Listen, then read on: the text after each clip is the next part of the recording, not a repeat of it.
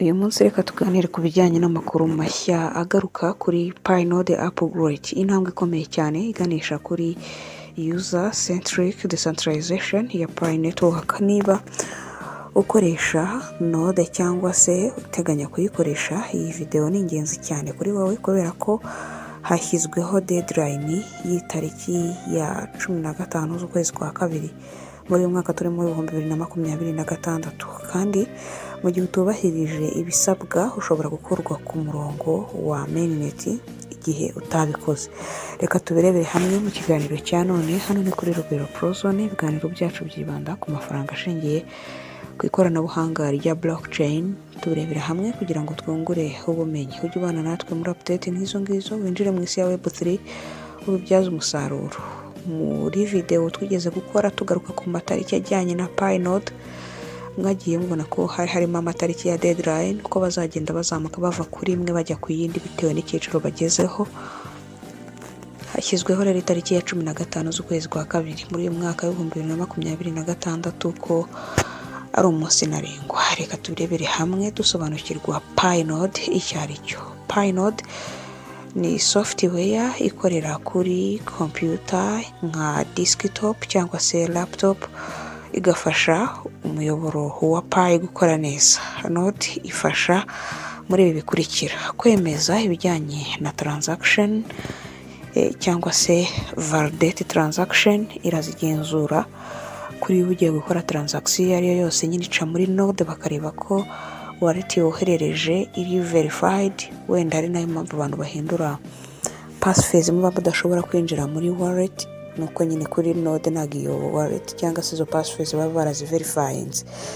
Mu busanzwe decentralization cyangwa se amadex menshi akunda kuba watunga wallet nyine nyinshi cyane zirenze imwe, kubera ko ntabwo ari email, ntabwo ari busabwe KYC n'ibindi.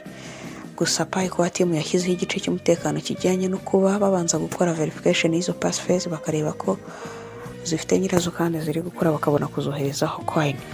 Aha rero node isanzwe yifashishwa mu bikorwa nk'ibyo ngibyo byo kwemeza transaction cyangwa se validate transaction, kongera umutekano wa network, gushyigikira ibijyanye na decentralized consensus, kubaka web3 yoroshye kuri buri wese kugira ngo abantu bakomeze gukoresha amafaranga ya Pi. Ibi bituma Pi itaba crypto isanzwe, ahubwo igahinduka decentralized digital economy.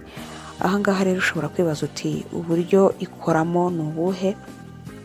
Ikoresha systeme yitwa SCP technology, bitandukanye na Bitcoin cyangwa se Ethereum zikoresha mining ijyana umuriro.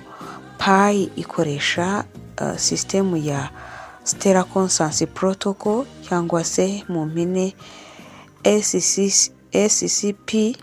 Iyi ni system ikoreshwa mu bijyanye na trusted group. Ahangaha ntibisaba electricity nyinshi cyangwa se amashanyarazi menshi, wenda nk'uko kuri Bitcoin byagendaga. Twakozeho ikiganiro cyihariye tugaruka ukuntu abantu bamayiningishaga mining machine zihenze n'umuriro ukaba uhenze, ari ibintu bikozwe mu buryo buri manuel bitari automatique, nyine utari mu rugo ukaba utamayininga kuko imashini wamaze kuyisiga.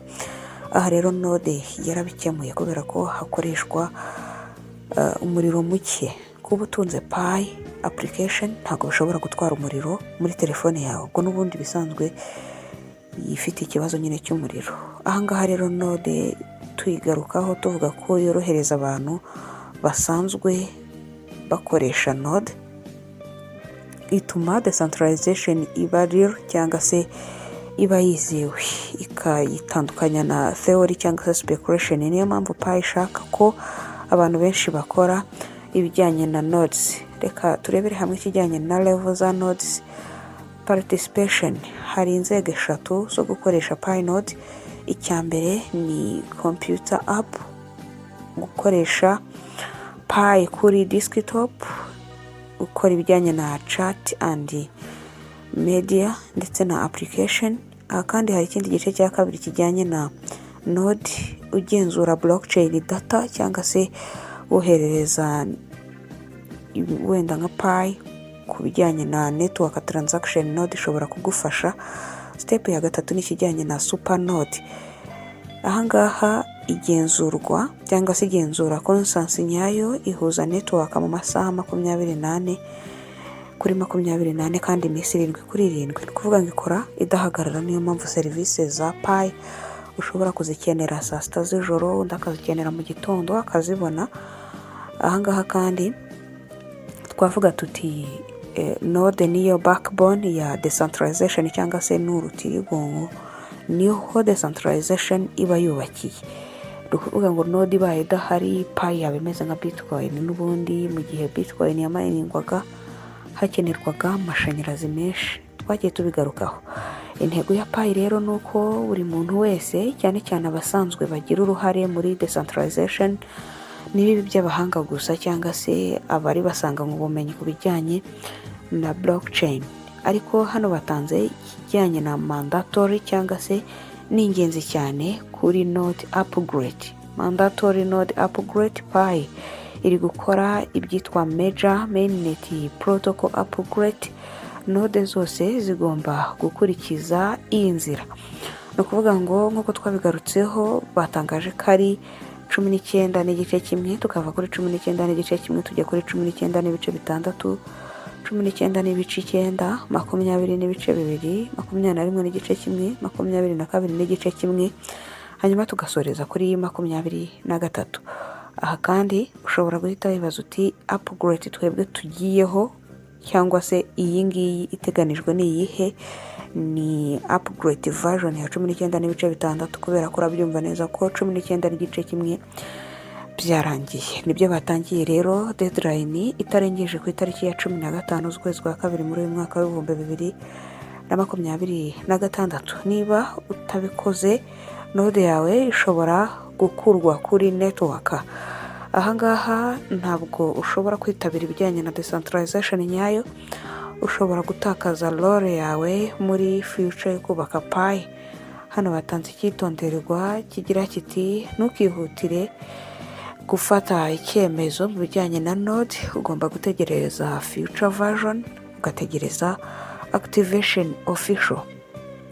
Uko upgrade ikorwa rero cyangwa se ko babwiye abanyamuryango kwa upgradinga node bari basanganywe cyangwa se kuzivugurura ni widow cyangwa se nyine barinjira muri computer zabo bafungure Pi desktop. Upgrade ihita iba automatic ku bakoresha ibijyanye na Linux bakoresha cyangwa se bahawe code bashobora gukoresha, nza gutanga muri video description mu gihe bashaka upgradinga node imeze cyangwa se yandikwa nka Pi akarongo kaberanye node update akarongo kaberanye protocol. Niyo magambo uza kuza gukoresha mu gihe ushaka upgradinga node yawe ariko ukoresha Linux.